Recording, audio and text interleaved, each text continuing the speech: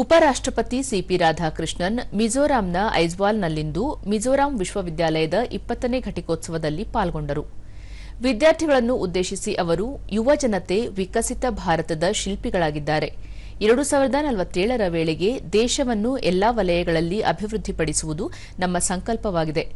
ಇದನ್ನು ಸಾಕಾರಗೊಳಿಸುವಲ್ಲಿ ಯುವಜನರು ಬಹುಮುಖ್ಯ ಪಾತ್ರ ಹೊಂದಿದ್ದಾರೆ ಎಂದು ತಿಳಿಸಿದರು. ಪದವಿ ಗ್ರಹಣ ಸಮಾರಂಭ ವಿದ್ಯಾರ್ಥಿಗಳಲ್ಲಿ ಹೊಸ ಜವಾಬ್ದಾರಿಯ ಅರಿವನ್ನು ಮೂಡಿಸುತ್ತದೆ. ಪ್ರಮಾಣ ಪತ್ರ ಪಡೆಯುವುದರೊಂದಿಗೆ ಹೊಸ ಹಾಗೂ ನಿಜವಾದ ಜೀವನದ ಪಯಣ ಆರಂಭವಾಗುತ್ತದೆ. ದೇಶ ಇಂದು ಹಲವಾರು ವಿದೇಶಿ ವಿಶ್ವವಿದ್ಯಾಲಯಗಳೊಂದಿಗೆ ಜಂಟಿ ಕಾರ್ಯಕ್ರಮಗಳನ್ನು ಹೊಂದಿದ್ದು, ವಿದ್ಯಾರ್ಥಿಗಳಿಗೆ ವಿನೂತನ ಅವಕಾಶಗಳು ನಿರ್ಮಾಣವಾಗಿವೆ. ಧ್ಯೇಯದೊಂದಿಗೆ ಮುನ್ನಡೆಯುವುದು ಅಗತ್ಯ ಎಂದು ಕಿವಿಮಾತು ಹೇಳಿದರು. ಅಭಿವೃದ್ಧಿಗೆ ಶಾಂತಿ ಅತ್ಯಗತ್ಯವಾಗಿದ್ದು, ಜನರ ಜೀವನವನ್ನು ಉತ್ತಮಪಡಿಸಲು ಅಭಿವೃದ್ಧಿ ಮುಖ್ಯವಾಗಿದೆ.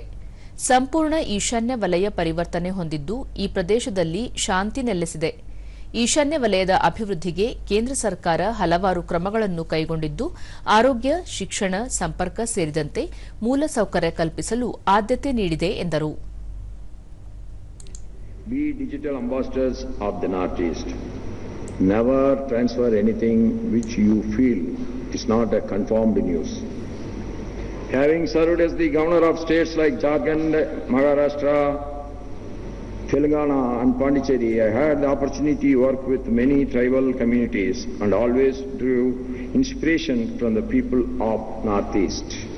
Mizoram, with approximately 95% of its population belonging to various tribal communities, is among the most literate states in India with equally high female literacy. It is also one of the most forested states in the country.